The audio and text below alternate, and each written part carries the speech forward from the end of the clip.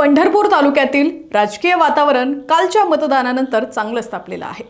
विशेषतः कासेगाव जिल्हा परिषद गट भाजप राखणार का आणि सरकोली पंचायत समिती गणात विजयाची माळ कुणाच्या गळ्यात पडणार याकडे सर्वांचंच लक्ष लागलंय।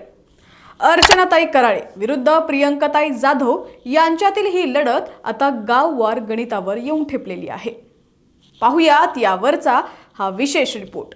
नमस्कार, मी प्रणया आणि तुम्ही पाहताय HPN मराठी न्यूज। सरकोली गणात भाजपने अर्चनाताई कराळे यांना मैदानात उतरवलं होतं, तर त्यांच्या समोर तीर्थक्षेत्र विकास आघाडीच्या प्रियंका जाधव यांचं तगडं आव्हान होतं। दोन्हीही बाजूंनी ताकद लावल्यामुळे ही निवडणूक प्रतिष्ठेची बनली होती। सिद्धेवाडी, चिचुंबे आणि एकलासपूर या गावांमध्ये प्रियंका जाधव यांना मतदारांचा चांगला कौल मिळाल्याची चर्चा आहे। इथून त्यांना सुरुवातीची आघाडी मिळण्याची दाट शक्यता आहे।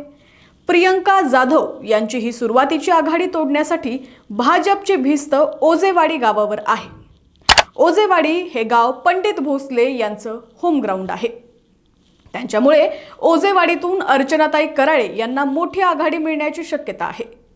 रांजणी आणि नेपदगाव या गावांमध्येही भाजपचं संघटन मजबूत असल्यानं आणि परिचारक गटाचा असणारा वर्चस्व यामुळे जाधव यांची आघाडी इथं कमी करून कराळे लीड घेतील असा अंदाज वर्तवला जातोय। या संपूर्ण गणाचं भवितव्य सरकोली गावातील मतपेटीत दडलेलं आहे। सरकोली गावात क्रॉस वोटिंग झाल्याची चर्चा आहे। जिल्हा परिषदेसाठी रिक्षा तर पंचायत समितीसाठी कमळ म्हणजेच भाजप अशा प्रकारे मतदान झालेलं आहे। जर सरकोली गावात पंचायत समितीसाठी कमळ चाललेला असेल तर अर्चनाताई कराळे यांचा विजय सुकर होऊ शकतो।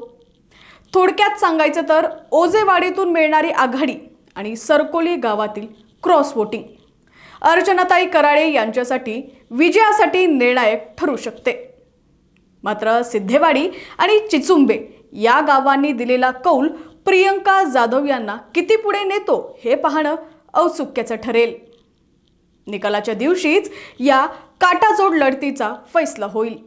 राजकारणातील अशाच वेगवान घडामोडी पाहण्यासाठी पाहत रहा HPN मराठी न्यूज।